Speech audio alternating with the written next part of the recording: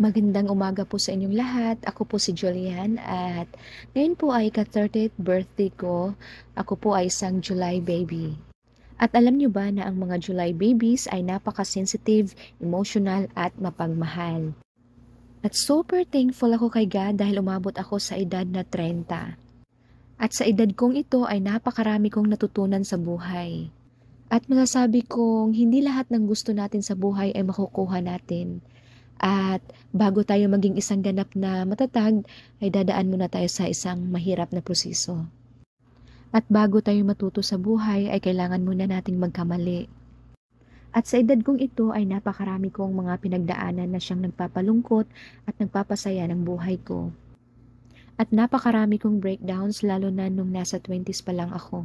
At marami din akong nakilalang tao sa loob ng 30 years na may iba't ibang purpose sa buhay ko. Maraming salamat po sa inyo dahil naging party din po kayo ng buhay ko, lalo na sa mga totoong kaibigan ko, na hanggang ngayon ay kaibigan ko pa rin. At syempre, ang ating family na laging nahandyan para sa atin at hindi tayo iiwan hanggang sa huli. So, ngayon po ay nag-celebrate ako ng simple celebration dahil ito ang gusto ko. Yung nasa dagat ako at may simpleng pagkain dahil gusto kong mag-relax. Kahit cake nga ay wala ako, dahil nga gusto ko, simple lang talaga. Pero pagbalik ko ng city, nakatanggap pa rin ako ng cake galing sa napakabait kong kapatid. Nagluto lang po ako ng pansit, fried chicken at may saging na hinog kasama ang aking family. Yun nga lang ay hindi kami kumpleto dahil busy yung iba at nasa malayo din yung iba.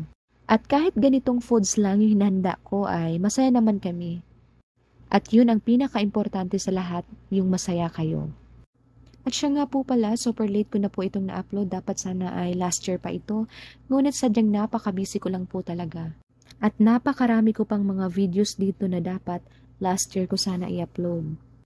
At yun na nga mga ka-Jolly Vibes, tingnan nyo po ang aking maliit na 49. Nag-i-enjoy siya sa kanyang kinakain. At alam kong tuwang-tuwa siya dahil nasa dagat kami ngayon. At syempre, hindi mawawala ang ating masipag na kaibigan na tinuring ko na rin kapatid. Walang iba kundi si Michay. O ayan, meron po kami isang bote ng beer. Cheers to my 30th birthday. Sana po ay aabot po ako sa edad ng 100 years old. Char. At sa pag-uwi ko ng city ay ito na nga po ang sinasabi kong cake na galing sa kapatid ko at mga pamangkins na mga mababait. Kaya binuksan ko na agad para makakain na rin ang mga bata. At maraming salamat po sa lahat ng mga bumati and thank you so much Lord sa lahat ng blessings. Babush!